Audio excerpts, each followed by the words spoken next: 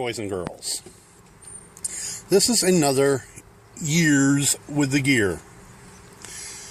A lot of you may recognize what it is you're looking at there. Some of you might not. This is a weaving shuttle called a netting needle. I actually carved this sucker in 1980 for the purpose of making nets using monofilament. Matter of fact, it was this very netting needle that went with me to Vancouver Island, British Columbia in 1980 to spend the winter of 80-81.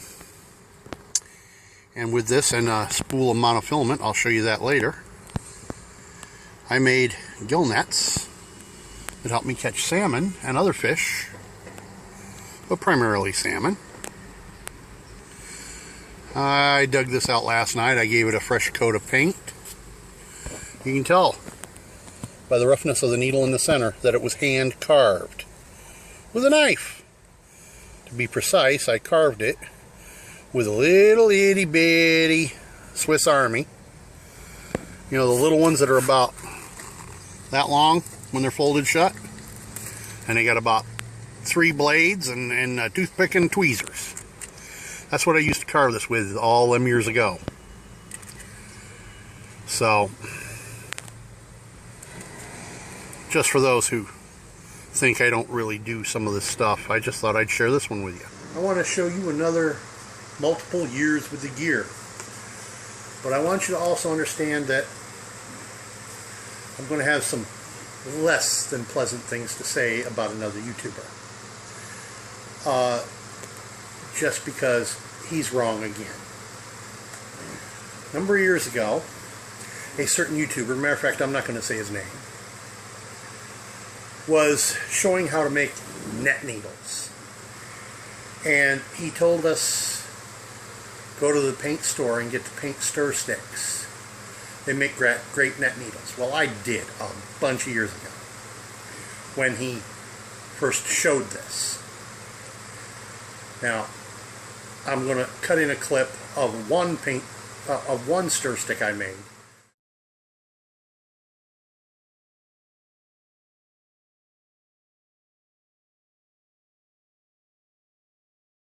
That I made out of oak. It has been with me a long time. Now I'm going to show you.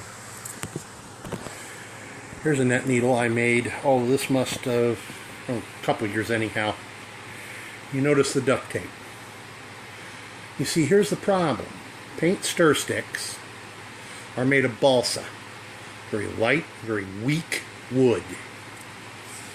So carving a net needle out of one is incredibly difficult because they break very easily. Now this one I managed to get completely carved and have used it in the last several years to make a couple of nets out of.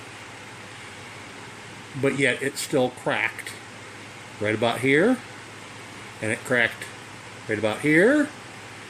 So that's why the duct tape patch to hold it back together, keep it held together. This is why I'm going to tell you that I do not advocate balsa stir sticks for making net needles. Give me a second. I'm fetching something out. This, on the other hand, very stiff, very hard plastic. This will make wonderful net needles that will last a lifetime if you take care of them.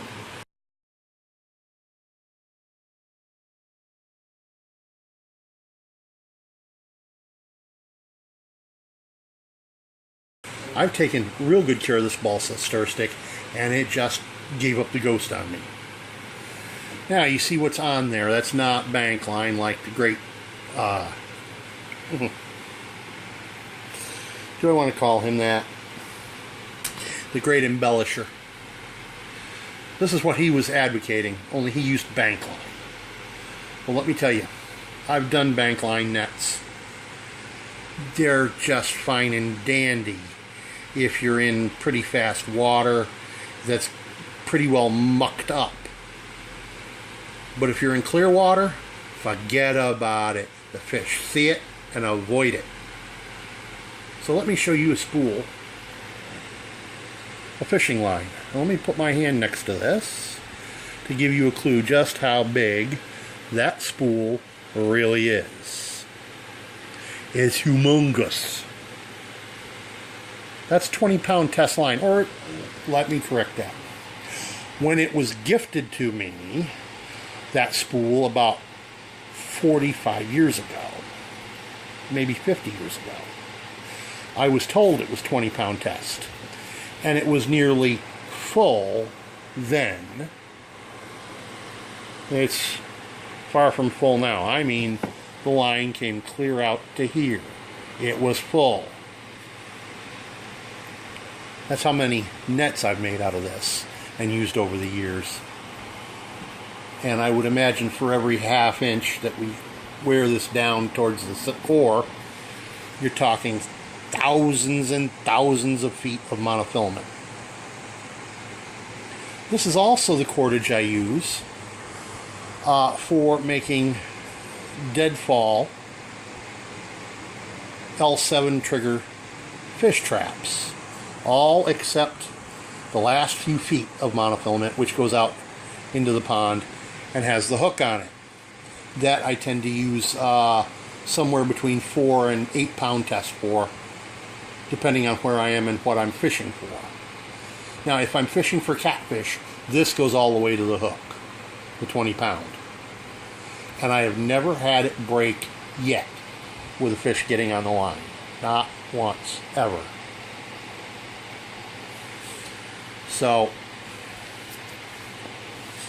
yes, I want you to also notice I'm wearing the t-shirt from the Instinct Survivalist giveaway that you see on my Monday mail call a while ago. Today is the 20th of June. Just when this video will hit, I don't know. Probably not until July or August. But just so you know, that's how I've been doing my videos. I get them made, I get them into the computer, edited, uploaded, and scheduled for disbursement. And I've been doing that for a while now. And as I told you once before, I was doing roughly 3 videos a week, or 3 this week and 2 the next week, however it worked out, 1 every 3 days. I've had to curtail my scheduling because of my life situation. Within the next week or 2, I will be living in a patch of woods somewhere, in and out of my vehicle. Now, I will probably make videos from the site that I've chosen. It looks like it's going to be a very nice place to do a hammock hang in. But I just hope I don't get bothered by the constabulary. Because where I found a place here in town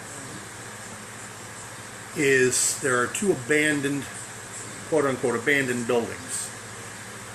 They haven't had anybody living in them in a couple of years at least. And one of them is a house, the other one is a business. And the house sits way up into the woods behind the business.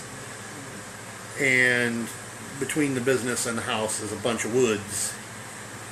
And part of that is a nice place where I can get my truck up into and out of sight, and hopefully, knock on wood, will be a place where I can shelter for the next few months while I fight with Social Security to get my income flowing. And now let me also make something crystal clear. I have been on the application for my Social Security for nearly 2 years, which means I should get a pretty good lump sum when it does come through. When that occurs, I think I've come to a decision. I think I'm headed for Tennessee.